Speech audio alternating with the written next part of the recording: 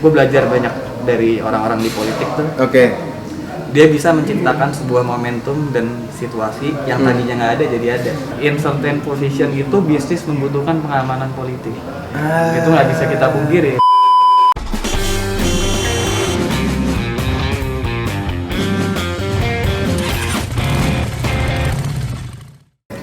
Balik lagi di Edisi Meetup kali ini barengan sama gue Fahmi Latif.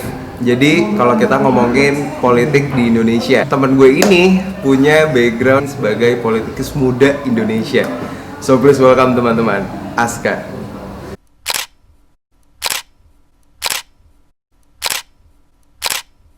Halo semuanya, salam kenal, nama gue Aska Fahri Ramli. Nanti kalau masalah latar belakang gue gimana, latar belakang pendidikan, latar belakang kerjaan yang lain kita ngobrol lebih lanjut. Iya. Sekarang gue udah barengan nih sama Aska di salah satu tempat kopi di Cipete, Stuja Coffee lebih tepatnya. Nah hari ini gue pengen ngobrolin seputar backgroundnya dia, karena kan masih muda nih, lo kan masih muda nih Ska. Lumayan ya kan? Lah kalau dalam peraturan undang-undang sih kategori pemuda itu 16 sampai 30. Yoi. Kita kan masih 28. Nah, jadi masih muda lah ya. Masih muda lah ya. Iya. Gue kan angkatan 2000. 2000 bener. 2000 bener. Gitu. Terus Aska nih sekarang lagi bergerak di dunia politik kan Ska? Iya. Iya kan? Dan lo berkecimpung di satu partai benar? Iya. Nah, di situ gue tertarik dengan backgroundnya Aska yang dimana berawal dari background pendidikannya dulu kali ya. Boleh. Mungkin lo bisa ceritain Ska, awal mulanya sebelum lo ada di titik sekarang nih, background pendidikan lo tuh mulainya dari mana sih?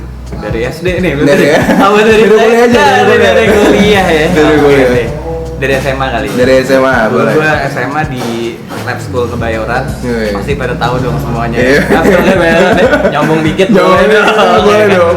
Terus gue lanjut, gue kuliah di Universitas Katolik Parayangan. Oh, Unpar. Iya. Terus ngambil jurusan hubungan internasional. Hubungan internasional, oke. Niatnya tuh mau jadi diplomat awalnya. Oh, gitu. Terus kemudian udahlah gue kelar kuliah nih.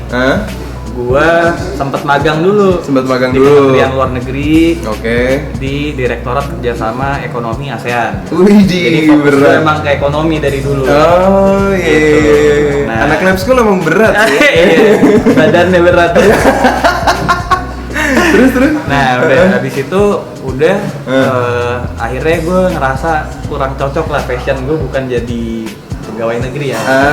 Iya. Karena apa? Karena di situ gue kayak kadang lu nggak ngelakuin apa-apa, terus lo tetap harus di kantor, lo tetap harus nungguin bos lo pulang dulu, dan which is itu bukan gue banget lah. Iya. Nah akhirnya gue tau banget kok lo. Gak satu lagu lah ya kita kenal ya. Iya. Dan akhirnya gue cabut lah tuh kan, kelar gue magang 3 bulan, terus kebetulan nyokap gue tuh punya usaha bisnis di dunia kecantikan, dia punya bisnis kecantikan. Gue bantu orang tua gue lah, kerjaan nyokap gue kan. Iya. Bantuin nyokap, terus akhirnya gue kepikiran ide nih, kenapa nggak Gojek itu bikin sebuah aplikasi, sebuah services jasa layanan kecantikan ke rumah. GoGlam. Iya. Oke. Nah, GoGlam waktu itu tuh belum ada klinik kecantikan yang datang ke rumah. Nah, akhirnya gue pitching sama Gojek. Serius? Yes, gue pitching sama Gojek, gue pitching sama Grab pada waktu itu. Oke. Gue menawarkan konsep gimana, kan dia GoGlam itu kan baru ada hairdo-nya, terus sama mani-pedi baru gitu-gitu doang lah. Tapi untuk facial muka gitu kan belum ada. Nah, gue pitching dan akhirnya berhasil tuh. Akhirnya perusahaan nyokap gue, di mana gue komisarisnya, itu menjadi pelopor atau yang pertama mengadakan jasa home services untuk bisnis untuk kecantikan ya, khususnya perawatan muka. Oke. Gitu. Oh jadi itu tuh GoGlam lu? Yang awal buat itu lo? GoGlam kan dari Gojek. Mitra pertamanya GoGlam untuk yang klinik kecantikan, untuk home services beauty klinik itu punya perusahaan gue. Gitu. Gila. Jadi gue basicnya kalau dibilang politisi muda, nggak juga. Karena gue basicnya pengusaha dulu. Oh, pengusaha dulu. Nggak apa-apa kan? Presiden kita Pak Jokowi juga pengusaha mebel dulu ya. Jadi nggak salah kalau dia ntar dicoblos jadi presiden. Amin. Nah, terus. Habis itu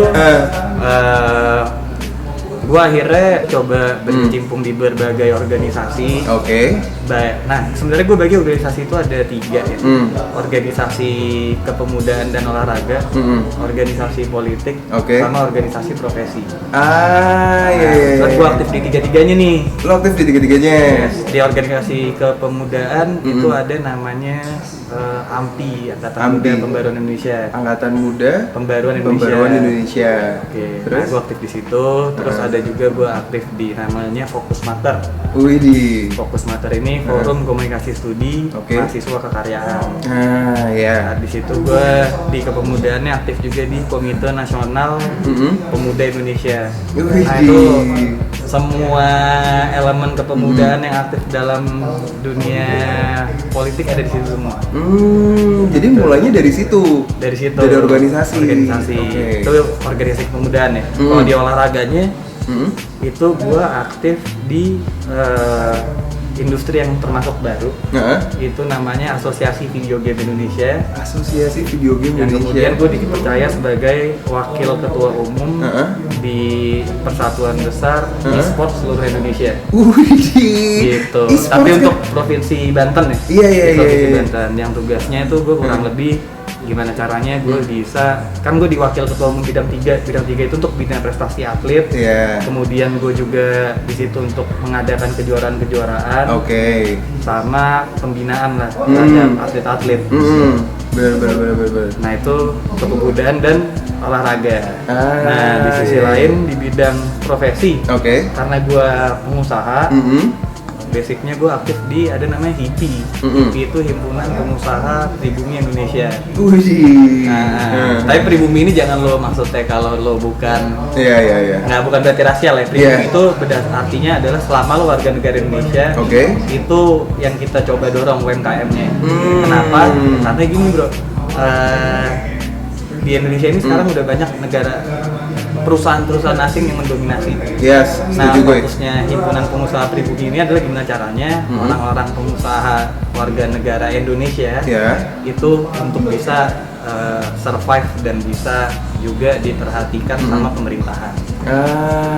Khususnya UMKM ya, karena kita fokusnya ke UMKM. Kalau perusahaan-perusahaan gede mah udah nggak perlu kita urusin lagi, kan? Udah duluan terus mereka kan. Iya bener, setuju gue. Nah terus nih Ska, lu ada tantangannya nggak masuk ke dunia politik? Masuk ke dunia politik ada tantangannya, karena kan gini ya, maksud gue politik itu sangat disoroti sekali di setiap generasi yang ada di Indonesia gitu. Apa-apa kaitannya, ini politik. Lo pernah kan dengar statement kayak gitu? Setiap ada perubahan apa, ini mah cuma akal-akalan politik doang, apa segala macam. Politik mempunyai tahta tertinggi gitu-gitu. Nah, pendapat lo tentang itu? Tantangannya di dunia politik banyak sih, karena di posisi tertentu apalagi gue mostly ada di jabatan-jabatan bukan anggota ya, di sekretaris jenderal atau jadi ketua ya. Nah itu tantangannya adalah akan ada konflik-konflik kepentingan yang terjadi, apalagi kayak sekarang udah deket-deket pilkada nih. Jadi ada organisasi, misalnya gue organisasi profesi sebenarnya, cuman karena ada kepentingan politik dari luar tuh, ada orang-orang yang mau maju-maju jadi wali kota atau gubernur atau bupati itu mereka mau nyari panggung di situ, atau pengen ada orangnya yang ada di situ. Terjadilah konflik kepentingan di situ kan. Ada tekanan-tekanan juga lah pihak-pihak yang memiliki kepentingan gitu. Dan itu suatu hal yang wajar, dan itu menjadi proses pendewasaan gue untuk melangkah ke jenjang yang lebih tinggi gitu. Itu tantangannya. Itu keras sih bro. Tekanan politik itu it exist bro. Iya, karena kalau menurut gue gini sekarang, nggak semua orang bisa menerima Yes. Intinya gitu. Jadi menurut gue ya pendidikan di Indonesia ini kan masih belum stabil ya. Jadi masih kayak ada yang tinggi, ada yang rendah gitu. Yang dimana dari gap itu tuh menimbulkan satu konflik antara nyampe dan nggak nyampe. Iya kan? Jadi di tengah-tengah tuh apalagi orang yang sedang berproses gitu, lo nggak dapet arahan yang baik gitu ya lo nggak tahu mau kemana. Yang paling serem buat gue adalah bukan lo nggak tahu ada di mana, tapi lo nggak tahu mau kemana. Lo nggak tahu apa-apa juga kan? Iya.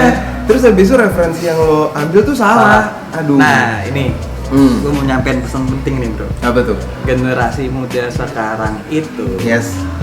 Sayangnya dalam konteks perpolitikan di Indonesia itu dia hanya jadi sebuah objek exposure. Oke, gue mau maju wali kota. Lo YouTuber nih atau lo influencer nih.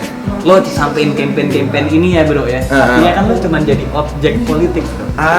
Iya dapat gue maksudnya. Nah itu yang bikin mereka akhirnya dia nggak ngerti substansinya tuh apa. Mereka cuma tahu gue bayar lo campaignin ini, kerjaan lo kelar. Ini kan menurut gue, lo sebagai anak muda yang seharusnya kritis, yang seharusnya lo jadi agent of change, itu malah lo terdegradasi dengan masalah material doang bro. Tadi nyambungin lo tadi ngomong bro. Iya. Ya akhirnya gue pahamin tuh nggak semuanya tentang materi. Materi itu akan datang ketika lo punya value. Kalau lo udah punya value, material itu akan datang dengan sendirinya bro. Lu nggak punya value, lu nggak punya material lah, udah ngapain deh kalau udah kayak gitu. Iya kan? Karena menurut gue gini, sekolah itu kan sekarang bisa di mana-mana kan. Ya kan, untuk ngedapetin value gitu. Jadi di satu sisi kayak lu tuh nggak harus stuck di situ-situ doang. Dapat ilmu bisa dari manusia ke manusia kok. Dan gue berbisnis nih bro ya. Itu moderat. Modal dengkul sama urat sama otak doang. Iya benar. Karena kenapa? Tadi lu bilang, lu nyari modal sekarang udah lu mau di bidang pertanian ada namanya Tani Hub. Ada namanya Tani Fund. Yes. Terus kemudian lu mau nyari duit lagi, lu bisa di Kickstart. Bisa ya kan? Artinya modal tuh bukan masalah, tapi lo harus punya satu gagasan, lo harus punya satu ide yang bisa bikin orang tertarik sama ide tersebut dan orang tersebut mau naruh duit di situ. Gue kasih contoh, gue sempet banyak ngobrol sama Dompet Duafa Social Enterprise. Nah, dia itu mau bikin penggemukan untuk peternakan yang sapi sama domba. Apa yang dia lakukan? Dia nggak pakai duit zakat, dia nggak pakai duit dari mana-mana, dia pakai Tani Fund itu. Ayo kita sama-sama ngumpulin uang buat menciptakan sebuah scale of economic yang cukup besar, sehingga harga kambing dan sapi ini nggak terlalu mahal dan orang rakyat Indonesia bisa berkurban. Dia taruh di Tani Fund, dia taruh juga di kita bisa. Kitabisa.com. Jadi secara sosialnya dia dapat, secara bisnisnya dia juga dapat. Dia ngumpulin dari duit dari situ, kemudian dia cari peternak yang bisa mampu untuk sebanyak itu, jalan. Artinya kan ide dan gagasannya dulu yang lo harus kuat konsepnya gitu. Kalau masalah duit itu nanti bisa dicari bro. Sama kayak politik. Gagasannya dulu, baru ntar bisa dijalanin ya kan? Jadi itu hebatnya. Gue belajar banyak dari orang-orang di politik tuh. Dia bisa menciptakan sebuah momentum dan situasi yang tadinya nggak ada jadi ada. Dan itu benar bro, kejadian. Itu apa sih, dari word of mouth? Gue ngambil contoh nih. Contohnya isu lingkungan. Isu lingkungan. Tadinya nggak ada isu lingkungan nih misalnya. Masalah pengelolaan sampah nih. Gue pengusaha nih, misalnya pengusaha yang berpolitik juga. Gue punya jual alat mesin insenerator. Insenerator itu alat buat ngebakar sampah. Gimana caranya gue bisa dapat duit nih? Mainin di media bahwa ada isu pengelolaan sampah kurang baik. Dari isu itu terus bergulir kan, bergulir sampai akhirnya nimbul kebutuhan. Dibutuhkan alat pembakaran sampah yang efektif dan efisien. Pakai punya gue. Punya gue. Nah itu kan dari sesuatu hal yang nggak ada, bisa bikin ada. Politik bro. Dan politik itu kan sebenarnya, kalau gue belajar waktu gue kuliah ya, art untuk lo mencapai sebuah tujuan. Tujuan gue kan tadi gue bilang mau jual alat Iya. Buat pembakaran sampah. Gimana caranya? Iya. Mainin di media. Mainin di media terdengar sama banyak orang, LSM ikut dorong gitu. Iya. Politician dorong itu juga. Ya ketemu sama gue punya barangnya nih kan gitu. Oh gitu. Tadinya nggak ada kan? Tadi nggak ada. Tapi bisa dibikin ada. Simbiosis mutualisme. Iya kan? Iya. Oh gitu caranya. Gue ambil contoh lagi bro. Ini lebih ke dunia profesional ya. Kalau tadi kan gue kaitannya lebih ke pemerintahan, solusi buat pemerintahannya gue siapin. Oke, sekarang gini, industri F&B pasca COVID ini sekarang mulai turun. Iya, banget. Iya kan, mulai turun karena orang takut keramaian dan sempat lockdown di beberapa tempat. Akhirnya, tapi mereka tetap harus ngebayar rent, mereka tetap harus bayar services, gitu kan, yang akhirnya kelabakan lah mereka. Nah, muncullah ide baru sekarang namanya Cloud Kitchen. Ya kan, Cloud Kitchen tuh sebenarnya kayak co-working space. Tapi kalau co-working space itu kan dibagi-bagi untuk jadi kantor. Kalau ini jadi kitchen, which is kitchennya itu udah ada ininya lah, udah ada peralatannya semua. Tinggal lo bayar sewa ke sana, sama sediain chef, kemudian packaging makanan dan lain-lain dah. Nah, sekarang gimana caranya Cloud Kitchen ini bisa jadi bisnis yang menguntungkan? Berarti harus bangun isu lagi-lagi. Bangun isu di media. Bahwa pasca COVID, kayak narasi gue tadi bahwa pasca COVID ini banyak F&B yang gulung tikar. Benar. Terus consumer behavior berubah. Yang tadinya suka dine in sekarang lebih suka pesan Gojek di rumah. Ya kan? Sehingga nanti lu bikin lagi rilis dari berbagai macam food blogger. Bahwa bener nih. Para food enthusiast udah mulai bergeser. Consumer behavior-nya. Tadi sekarang enggak. Kemudian mereka memperhatikan masalah higienisan dari sebuah makanan. Nah, dengan lu ngebangun narasi-narasi yang kemudian akhirnya membentuk opini di publik. Akhirnya lu bisa nyodorin solusi lagi kan. Nih solusinya Cloud Kitchen bro. Kenapa Cloud Kitchen? Karena consumer behavior-nya udah bergeser. Terus ketika lo dine in kayak gini nih, kayak tempat yang sekarang kita ada, lo harus bayar waiter, lo harus bayar sewa tempat, lo harus bayar listrik dan lain-lain, gitu kan. Lo harus investasi alat, ya kan. Nah kalau misalnya lo pakai Cloud Kitchen, itu bakal banyak hal yang terefisiensi. Lo nggak butuh meja, bangku dan lain-lain, lo nggak butuh investasi alat, lo nggak butuh waiters, lo hanya butuh chef, tapi obrolan lo tetap kencang. Kenapa? Karena pergeseran consumer behavior lo yang tadi kita obrolin di awal itu. Itu berarti salah satu trik di politik juga kan? Berani nggak lo bilangnya itu? Bukan trik politik juga ya.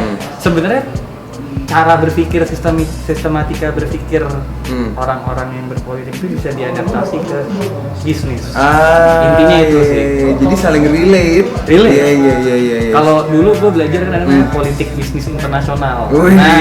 Politik bisnis internasional. Itu related bro. Dan in certain position itu bisnis membutuhkan pengamanan politik. Itu nggak bisa kita pungkiri. Contoh kita ngomongin mau izin tambang. Itu kaitannya sama government kaitannya sama regulation. Contoh kayak travel umroh. Travel umroh tuh gila sih menurut gue. Maksud gue setiap orang tuh butuh gitu. Nggak mungkin lah kita tuh nggak relate juga dengan kepolitikan dan perizinan negara. Terkait sama kuota haji dan umroh. Gitu. Nilai itu nggak mau kebijakan lagi. Gitu. Jadi emang networking penting banget ya, Nah itu kenapa gue banyak masuk organisasi, karena dengan gue sebagai pengusaha, gue membutuhkan jaringan yang luas untuk gue bisa nge-share apa yang gue punya. Nge-share dalam artian, ini lo gue punya produk bisnis ini, gue punya produk bisnis ini. Ini kayak bisnis ini masuknya ke yang link gue yang ini, yang ini masuknya ke link gue yang ini, gitu. Wah, enak banget dong lo berarti sekarang. Kiri kanan udah ada. Ya kurang lebih begitu lah. Anaknya low key. Padahal sebenarnya nih kalau misalnya lu datang ya di depan tuh mobil, nebeng sama dia. Mobil dia juga. Bener. Tapi gue bangga sih sama lo. Maksud gue lo berani untuk ngeluarin inovasi dan ide yang ada di kepala lo dan lo ambil ke action. Yang paling sulit itu menurut gue ya kayak untuk sekarang orang tuh pengen jadi A, orang pengen jadi B, tapi takut untuk ngerealisasiin di dunia nyata. gitu. Jadi itu yang buat gue terkadang ya plan lo akan menjadi plan yang basi, nggak stay true gitu. Jadi lo begitu-gitu aja, stagnan dan nggak akan kita kemana-mana gitu.